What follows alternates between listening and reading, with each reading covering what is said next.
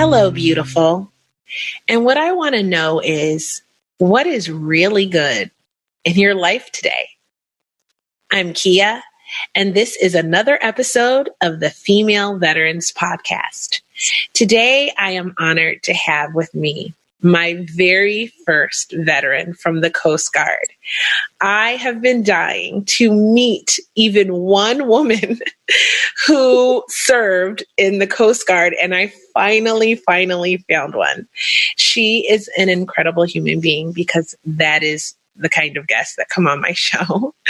And she comes from a legacy of military, meaning her family, thanks to her, have served in every branch of the service, from uncles and all sorts of family members have been in the military. So a definite legacy family, and that's pretty impressive. And in addition, she's a mom, and she served in the 80s. So that should be an interesting story, and I can't wait to hear it. So thank you so much for coming on, Miss Kimberly Morrow. Thank you for having me. I am more than excited just because I am the first female Coast Guard veteran. You made Female Veterans Podcast history. Yes, very, very excited. And the fact that I'm from a veteran military family, my maternal grandfather, dad, and on down the line. Yes. Yes. So it's awesome. That is incredible. And it is amazing to have you with me today. And I'm so excited to get started asking you questions because I have so many for you. Yes. Thank you for the opportunity. Thank you for inviting me. Oh, it's my pleasure. The pleasure is all mine. So I guess let's get started. My first question for you is, why did you join the military? I actually had not planned to join the military. I have actually planned to come to Southern California since I was 16. But after having my son, that sort of changed things. And so I thought, okay, I think military would be good. And so I did. And I initially was going to join the Air Force like my youngest brother. But I met someone who had just got out of Coast Guard basic training, and she was telling me about the Coast Guard. So she planted that seed and really influenced me about the Coast Guard. Wow. That's incredible. So another girl, Coastie, and she came and told you about it. That's really cool. Yep. And so what was boot camp like for you, I wonder? Well, boot camp, like probably all the other boot camps, and probably similar to the Navy, you most definitely have to pass the swim test. Yes. And there are a series of exercises, and you must pass all of them.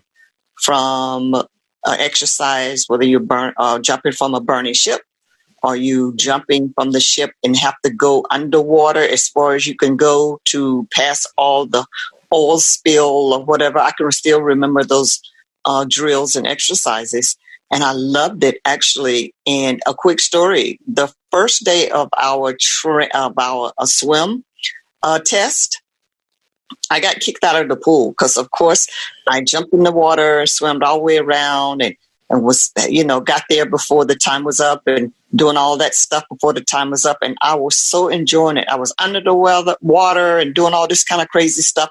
And they blew the whistle and said, "Hey, you recruit, get out of the water. This is not recreation time." I was like, oh, because I was having so much fun. While others over there are about to drown because their recruiter has lied to them and said, "Oh, it's easy and they'll teach you," and blah, blah, blah. So yeah, I still remember that to this day.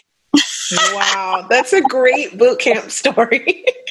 I love that. I do remember some of those drills for the Navy. In fact, the one that I think I remember the most was when we had to climb up like a 20-foot diving board platform. Yes, on the platform and jump off and down into the water. Yes, and swim so that you could get away from the burning ship. Olympic swimming pool and do all these different kind of drills. And I struggled a little bit. I struggled on the platform. And I'm not afraid of heights. But looking down, I was like thinking like this could be the side of a ship. And what got me to jump was thinking, but if that ship was on fire, don't go down with the ship. Yes. Jump. Yes. And so I jumped and I did it. I was able to do it and pass. So that's incredible. So it was kind of like Navy boot camp, I guess. Did you guys have to do classes too? Oh yeah, classes. We had to pass the physical part of it. We had to do certain classes and classes where you have to learn how to tie certain knots and just a lot of different things. And it was different components of it, from the swim test to the, I guess, academic, maybe you can call it, side of it. From the physical side of it, you had to so many push-ups and sit-ups and running and all of that kind of stuff. So there were different components of it, and you had to pass all of it. Yes. Oh, my goodness. It sounds like a lot. Now, did you guys have to wear, because in the Navy, when we first got there, we had to wear these sweatsuits. Well, did you have to wear anything like that before you got your uniforms? And did you guys march all around just like we did? Oh, gosh, yes, all of that. Your sneakers, your I forgot, I can't remember because this is back in 1982. Yeah, I'm old. We're all old but now. but before you got your uniforms, they were giving you whatever it was called at that time until you got your initial uniforms. They called our Smurfs or Ricky sweat.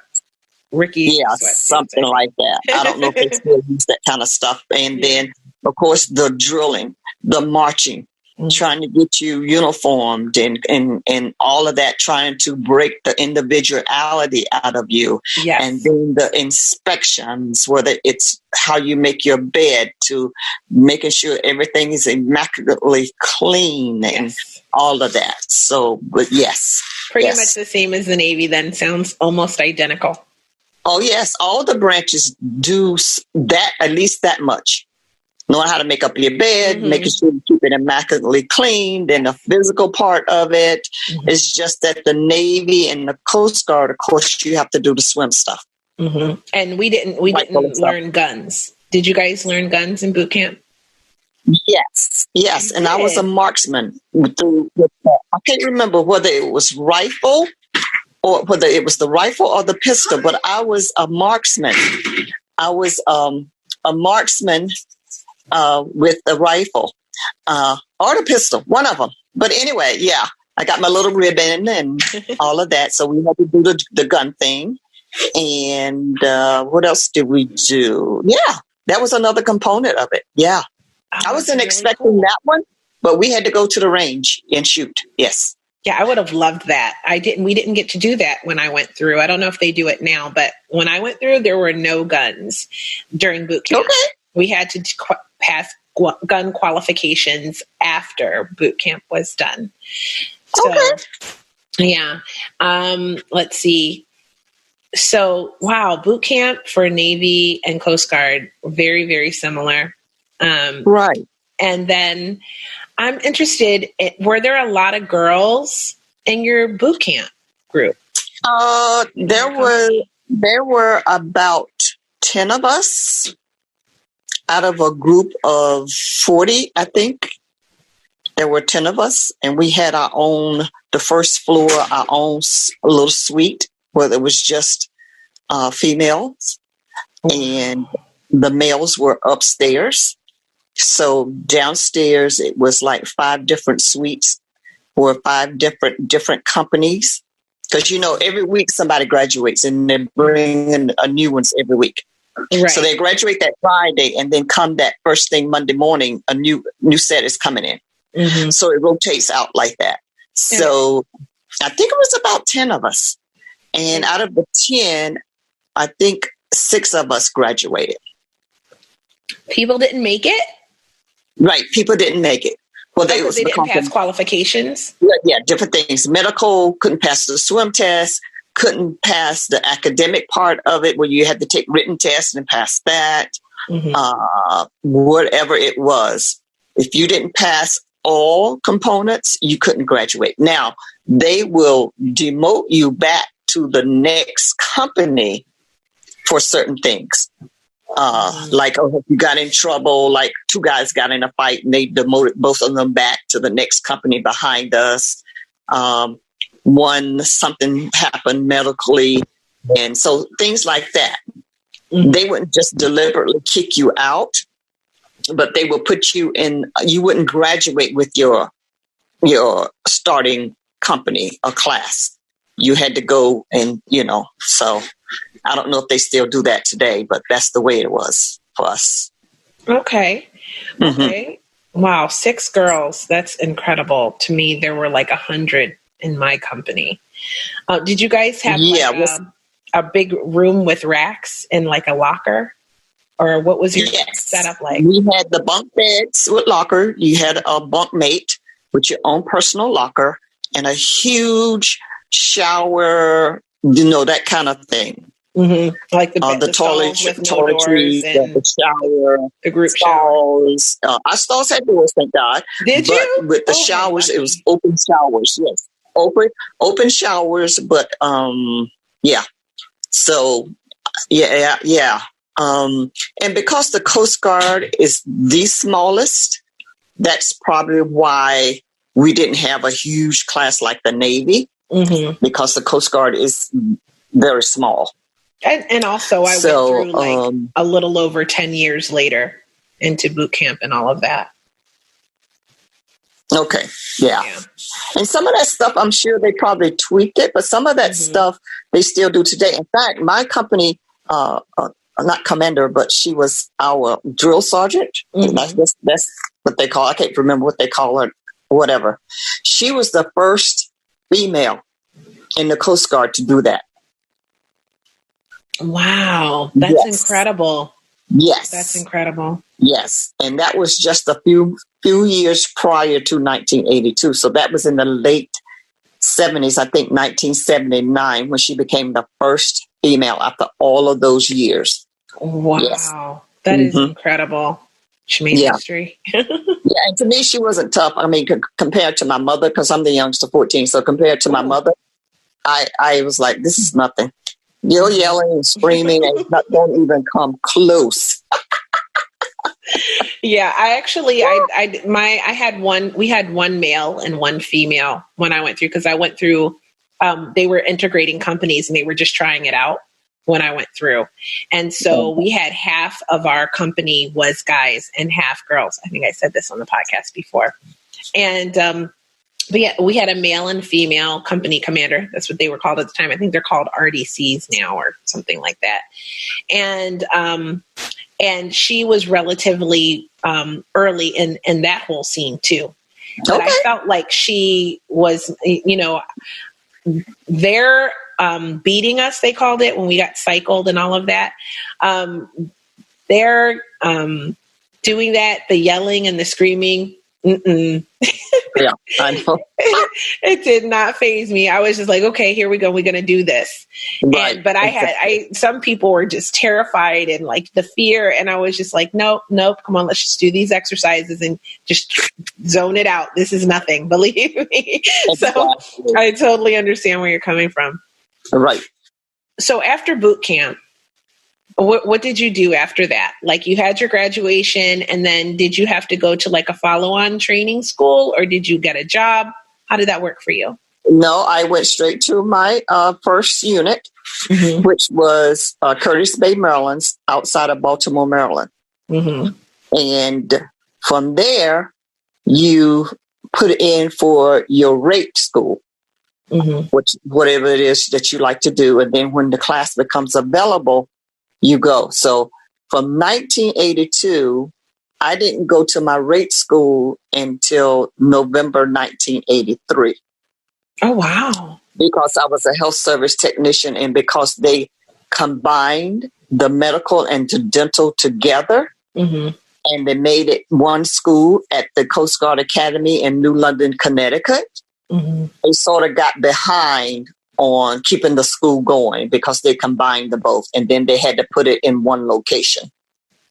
So what I did in the meantime, and because I had an administrative background, I was the assistant to the medical administrative office there in the clinic, because they knew I wanted to be a health service technician, and he was looking for someone. He's like, oh, she'll be perfect, because that's what she wants to do anyway.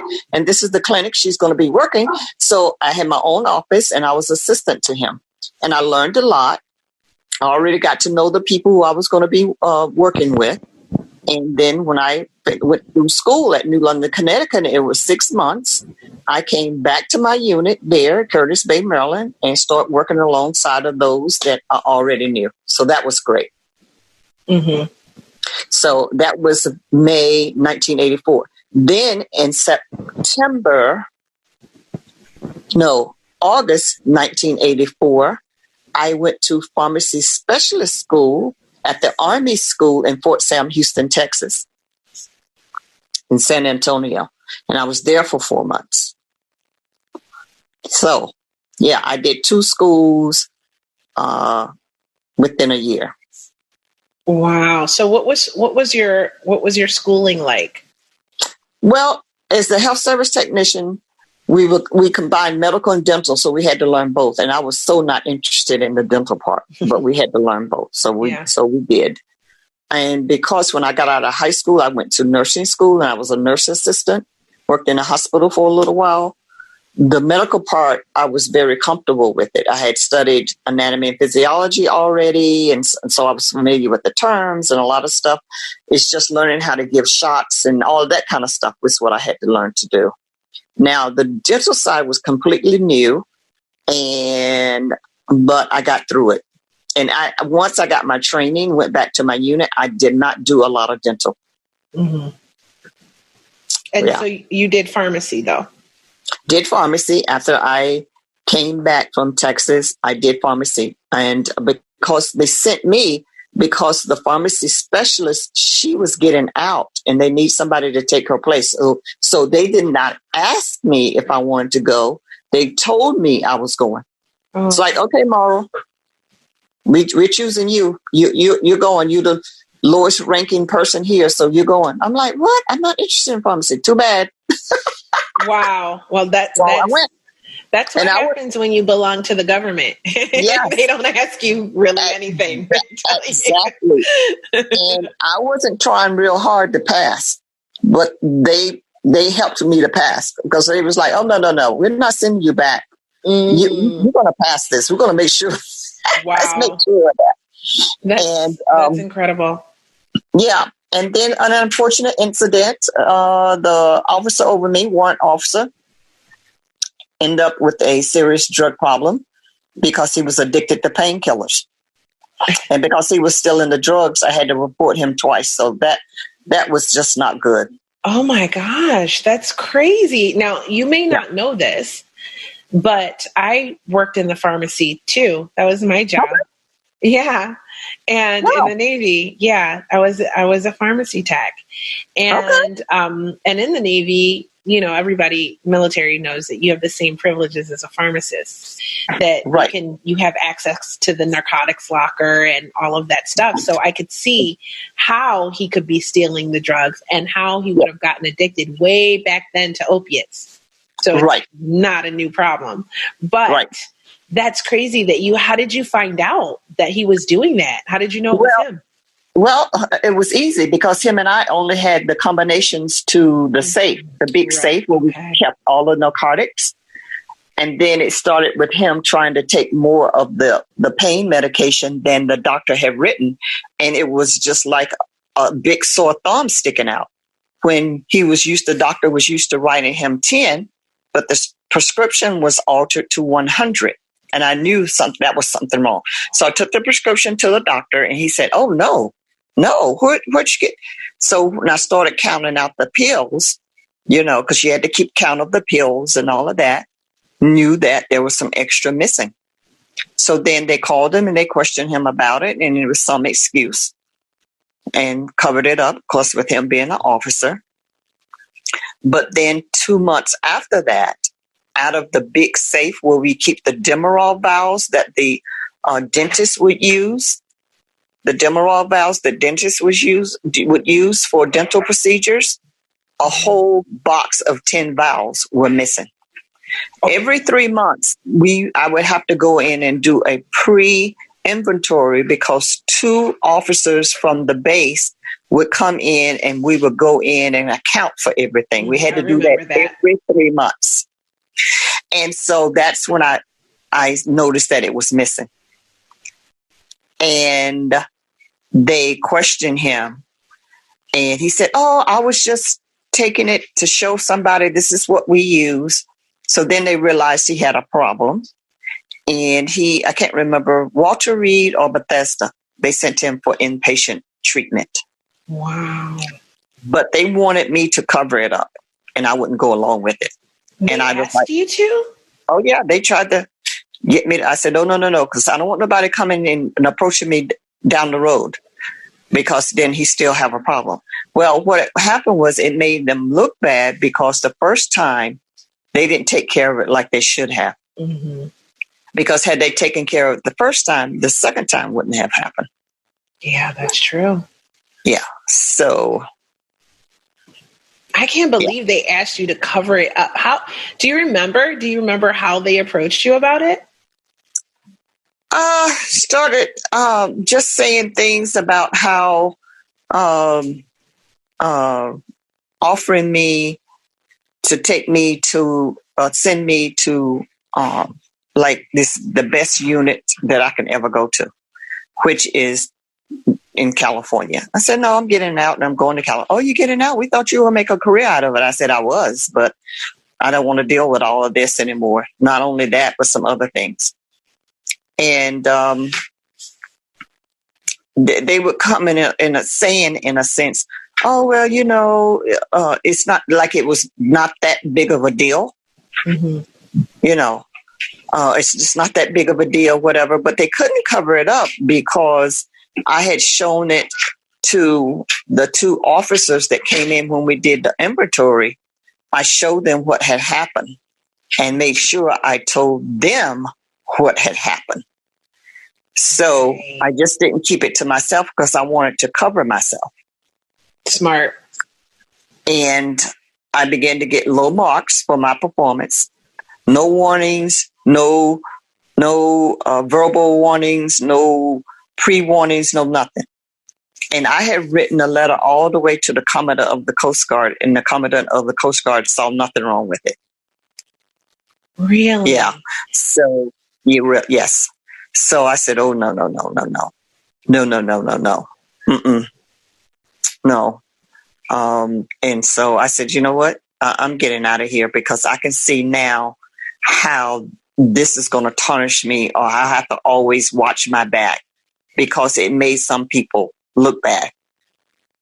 Mm-hmm. So I said, I'm getting out. Along with something that happened like 2 months after I got to my unit, so it was just a combination of stuff that I finally said, you know what? Enough of this already. I'm out of here. So, okay, my question is this.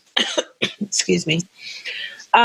So how many other women worked with you in the pharmacy?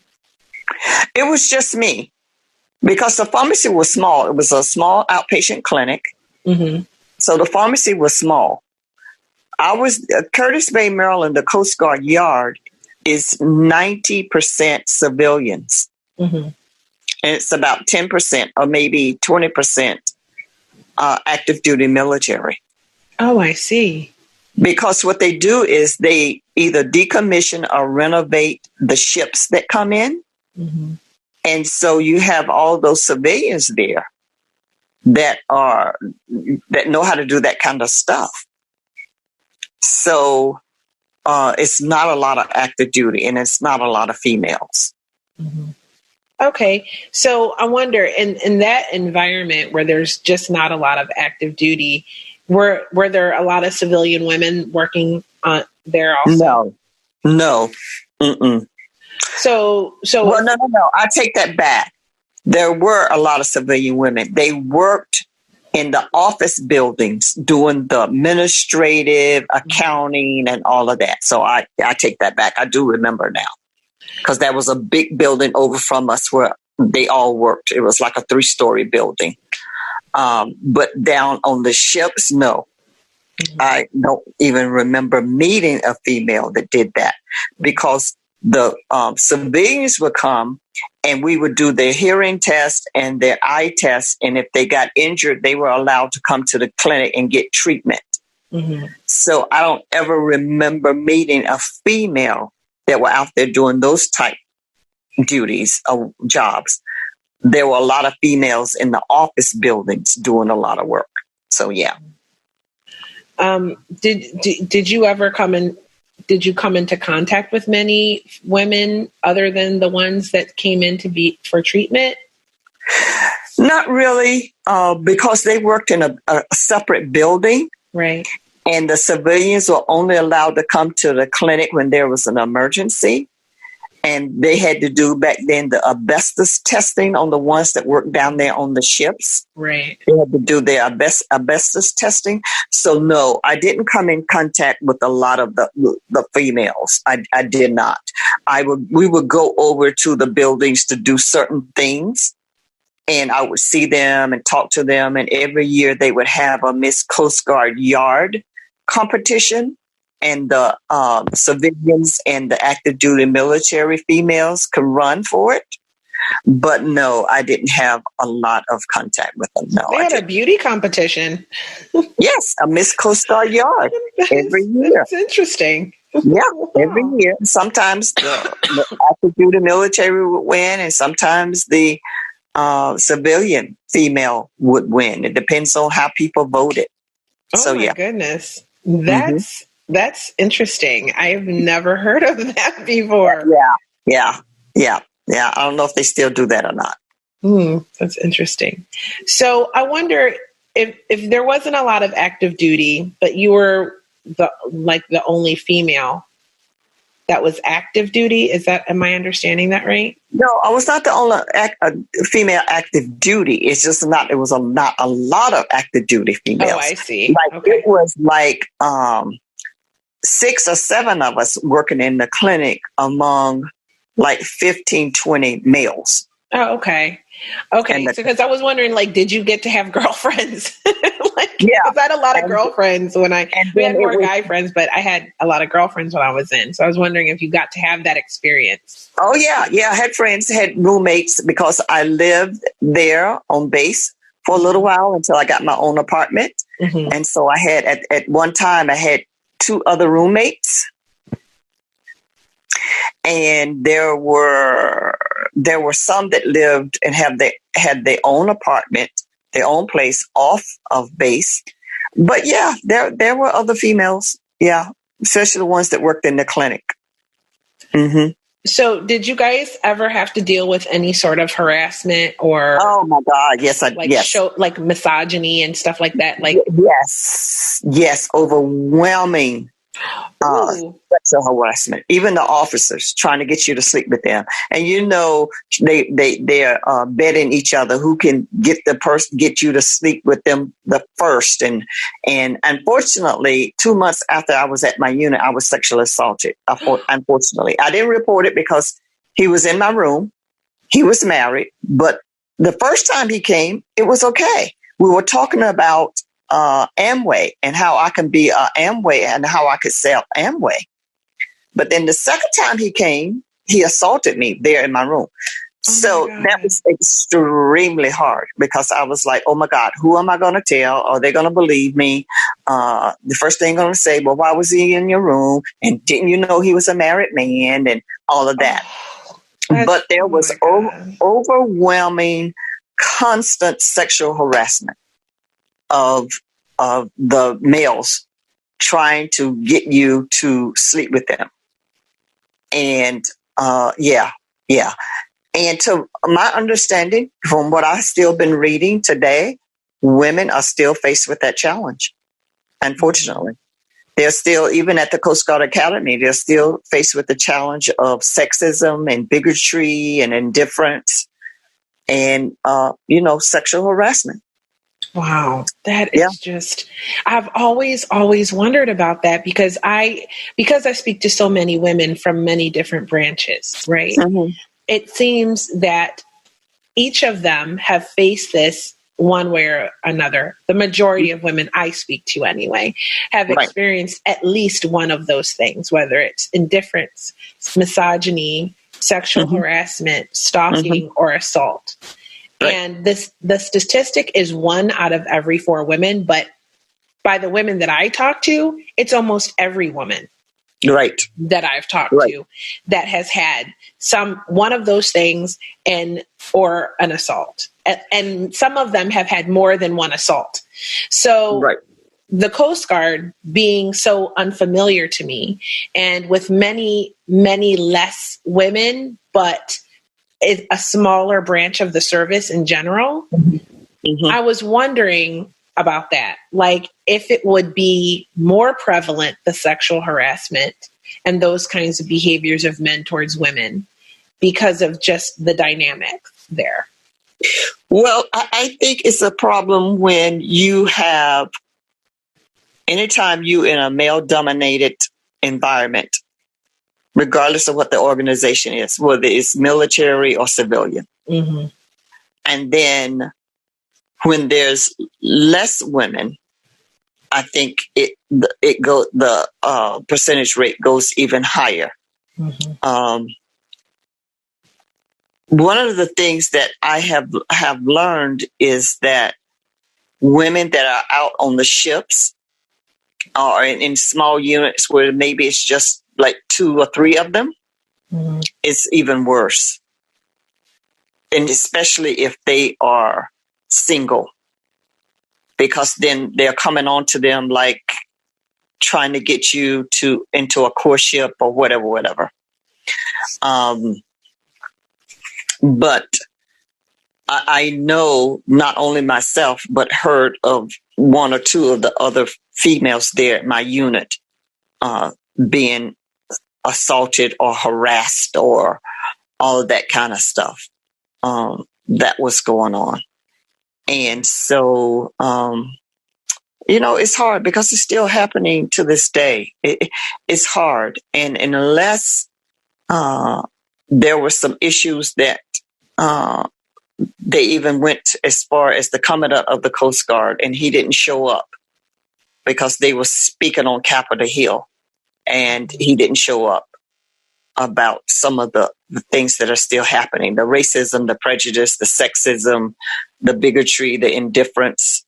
That is still happening today, but no one wants to confront it. The little that they do, they think that's enough. And here it is, 2020. Yeah.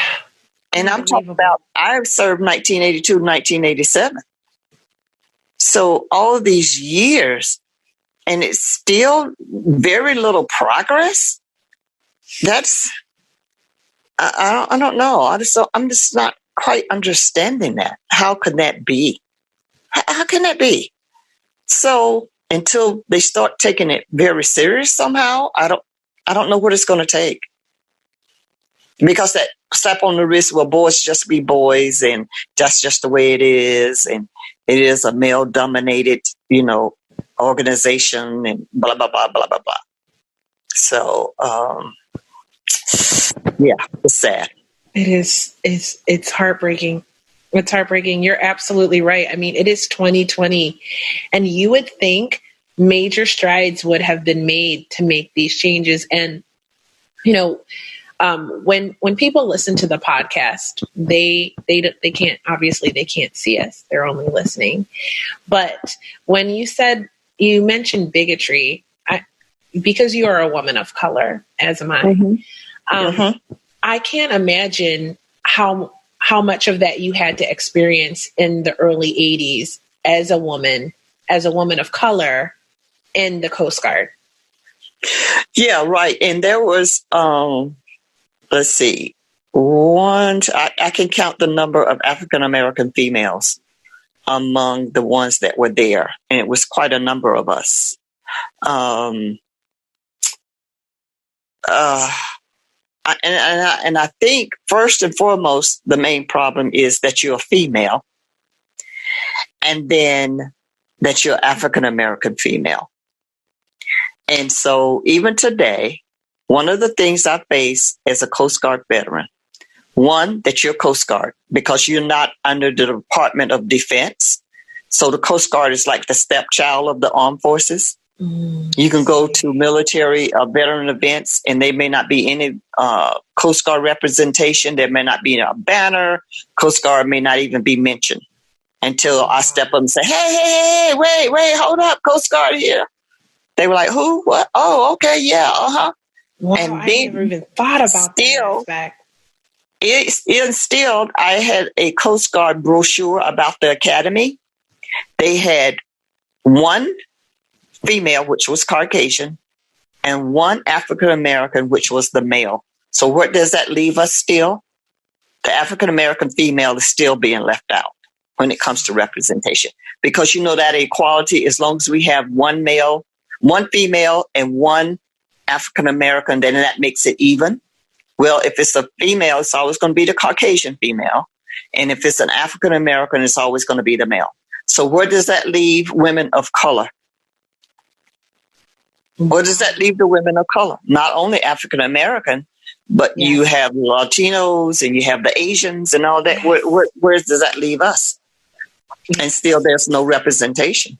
And they still don't see nothing wrong with it.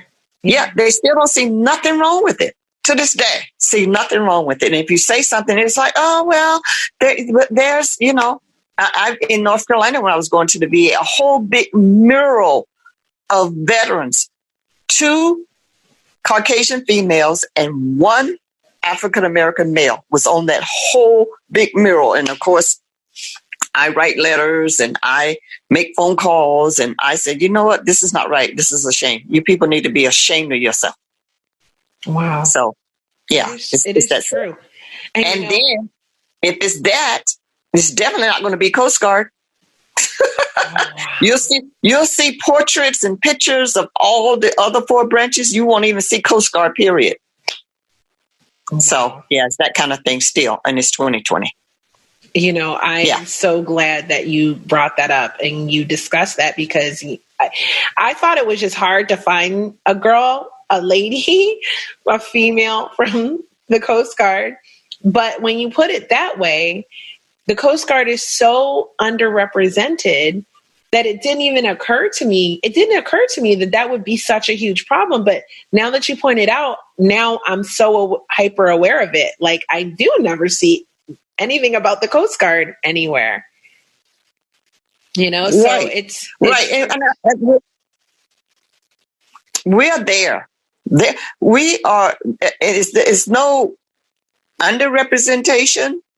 It's the fact that people have to make an effort to include us and not exclude us, and stop acting as if we don't exist. Because there's plenty of Coast Guard veterans out there. I have one at my church.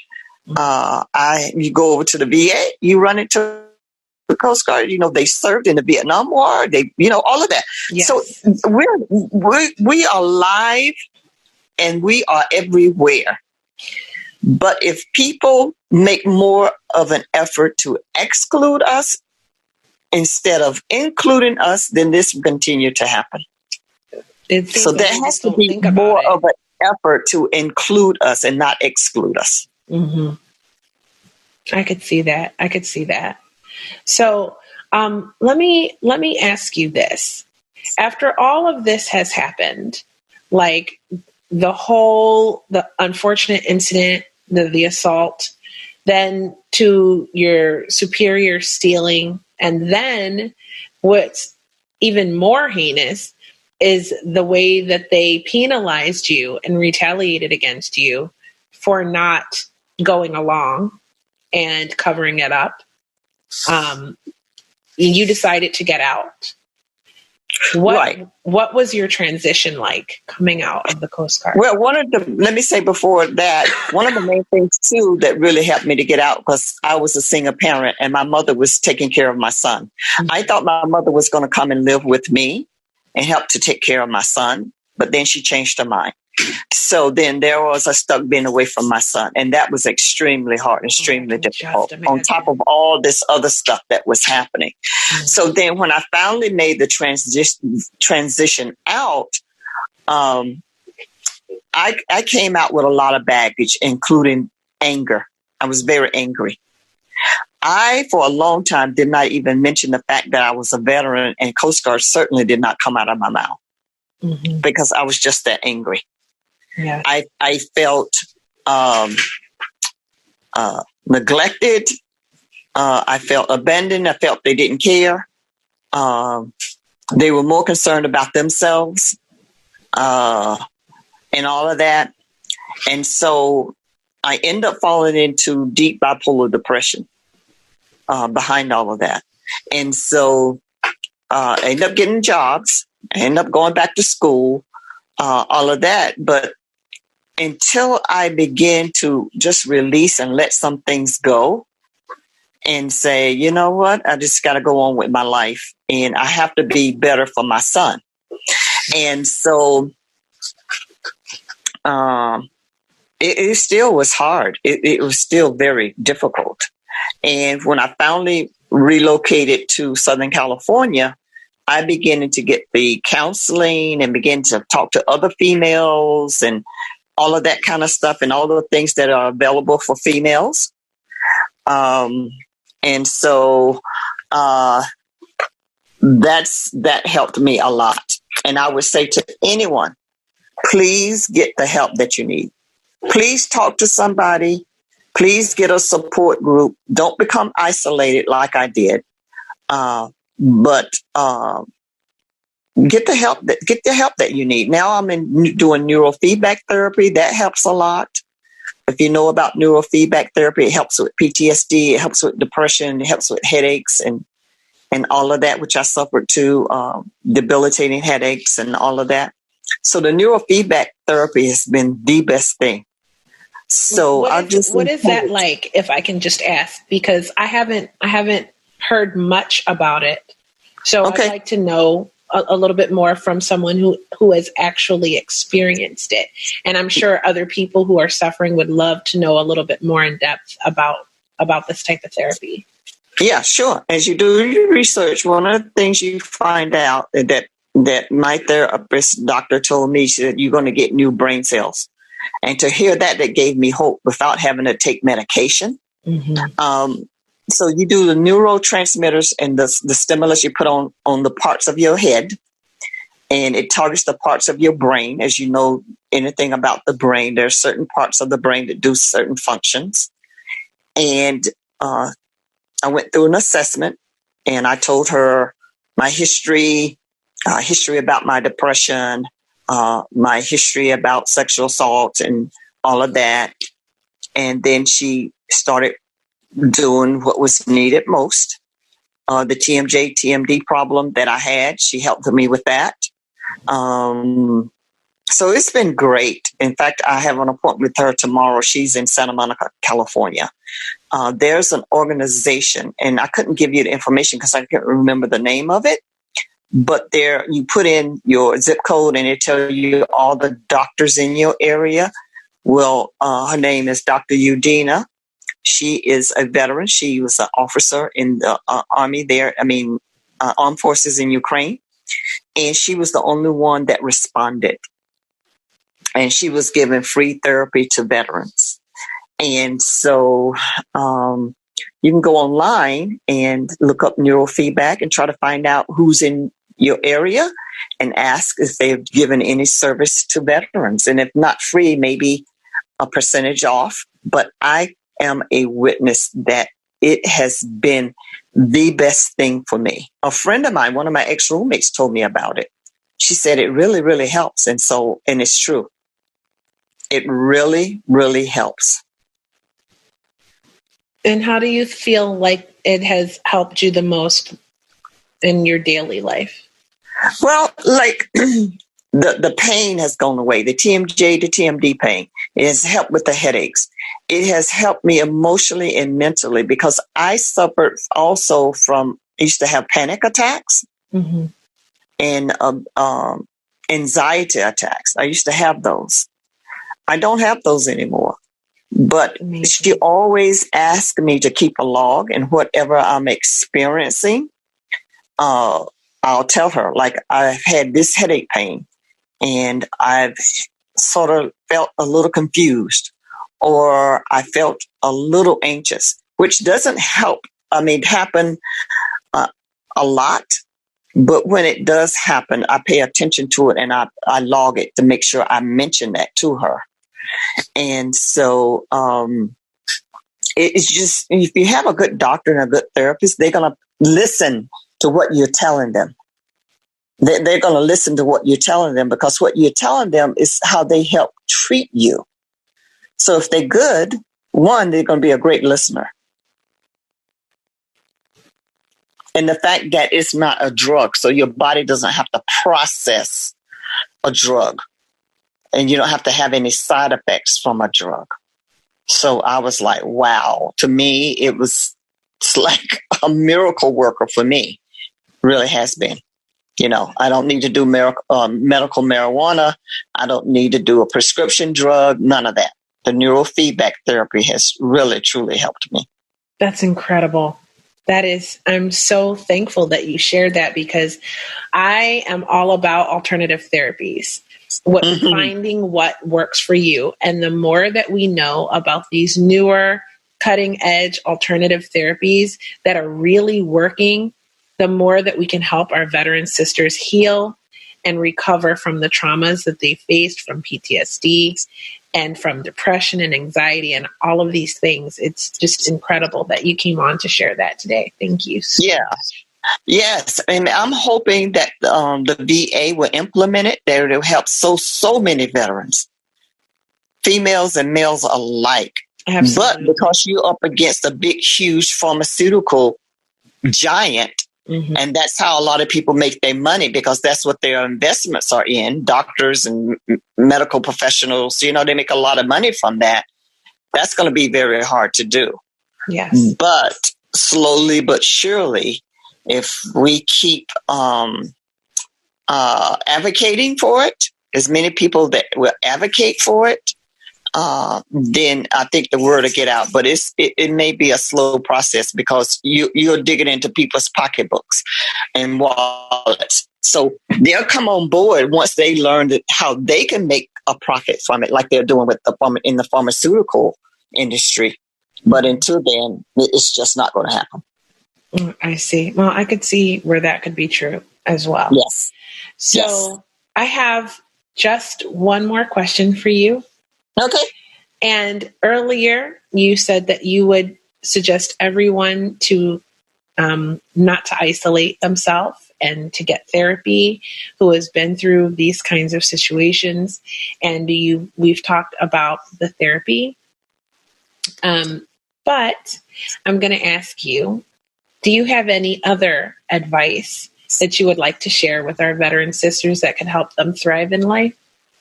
Yeah. Find out what's good therapy for you.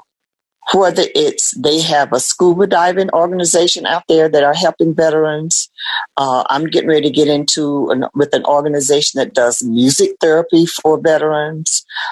There's art therapy. Find something that you love, that you have a passion for, whether it's cooking or whatever, and join a group, join a class. And people who have that same passion, and you'll get support that way. Find out what works for you. Doesn't have to always mean that it's drugs or medical marijuana or whatever. You have to find something that helps to get your mind off and all of that other stuff. You have to learn to let it go. You have to learn to get healthy emotionally and mentally, and what it's going to take for you to stay healthy emotionally and mentally. For me, on the spiritual side as well. And so find out what works for you.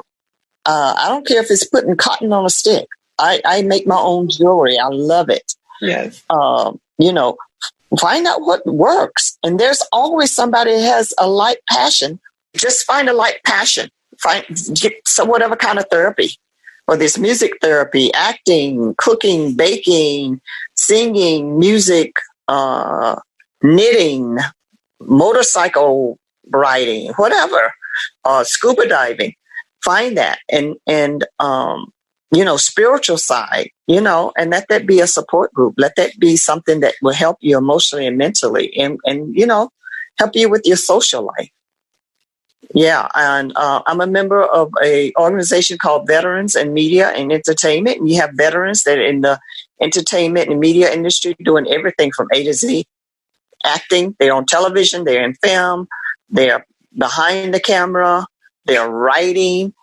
Every year, and starting Monday, January 13th, the Writers Guild Foundation of America select veterans to mentor for a year. So if you're interested in writing for film or for television, you may want to put in the application for that. And also find out what your local library, what kind of programs they have for veterans here. Los Angeles County Media and Arts branch of the library has classes. They will teach veterans how to write and produce a short film. And my goal is to do a documentary and a film on the first African-American female of the Coast Guard, Dr. Olivia J. Hooker, who served in World War II. And guess what? She was Coast Guard because the Navy rejected her. So she came to the best side anyway. I don't know about that. No, I'm just kidding. That's amazing. That's really, really awesome. I'm so excited for you. Yeah. I'm so excited for you. Yeah. So I like doing a variety of different things. It has put me into different groups of people and meeting different groups of people and all of that. So I just do what's best for me to keep me healthy and sane. Yeah. Well, you know what? That is some incredible advice. I love that advice. In fact, I am so excited that you shared it. And with that, I think we're going to wrap things up. And I have taken up so much of your time, and I am so appreciative for it.